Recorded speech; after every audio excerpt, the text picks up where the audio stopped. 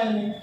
కాబట్టి ఈసారి అందరూ కూడా ఒక్కసారి శ్రద్ధగా విని గణపతిని మీకు ఇచ్చినటువంటి పల్లెల్లో ఒక వారగా కొద్దిగా జరగదు.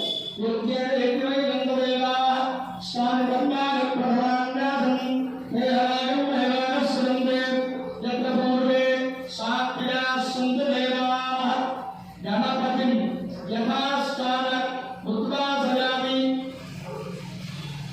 శోభనార్థే పునరాగమనాయ. స్వామి మళ్ళీ పిలిచినప్పుడు తప్పకుండా కావాలని చెప్పి స్వామికి నమస్కారం చేసుకుని ప్రతి పనిలోనూ సమస్త ఆటంకములు తొలగించమని ప్రార్థన చేసి వరలక్ష్మీదేవికి పూజ ప్రారంభమవుతుంది. ఒకసారి చిన్న విన్నపము. గత 3 సంవత్సరాల నుంచి జరుగుతున్న విధంగా పూర్వం నుంచి ఎలా జరుగుతుందో అదేవిధంగా అందరికీ దత్తగుడ్డలు అమ్మవారి ప్రతిమ ఇవ్వడం జరిగింది. మా భావన ఏంటంటే ఆ దత్తగుడ్డని పెట్టుకుని దాని మీద రూపు పెట్టుకుని పూజ చేసుకోవాలని.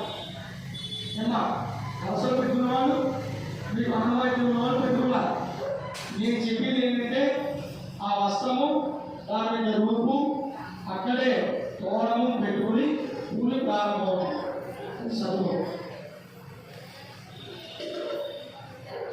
కలస పెట్టుకున్న వాళ్ళకి నేను చెప్తాను మంత్రం చెప్పినప్పుడు కలసలేదు చేయలేము.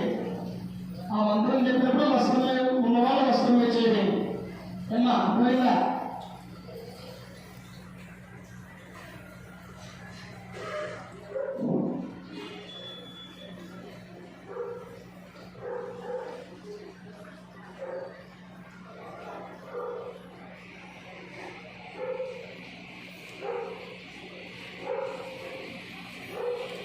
అందరూ చెప్పండి.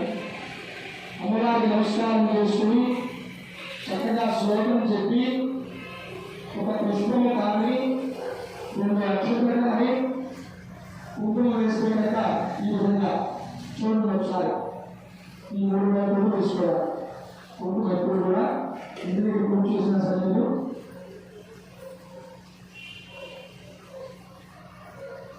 చెప్పండి. పద్మాసనే పద్మకరే సర్వలోకైక పూజితే నారాయణ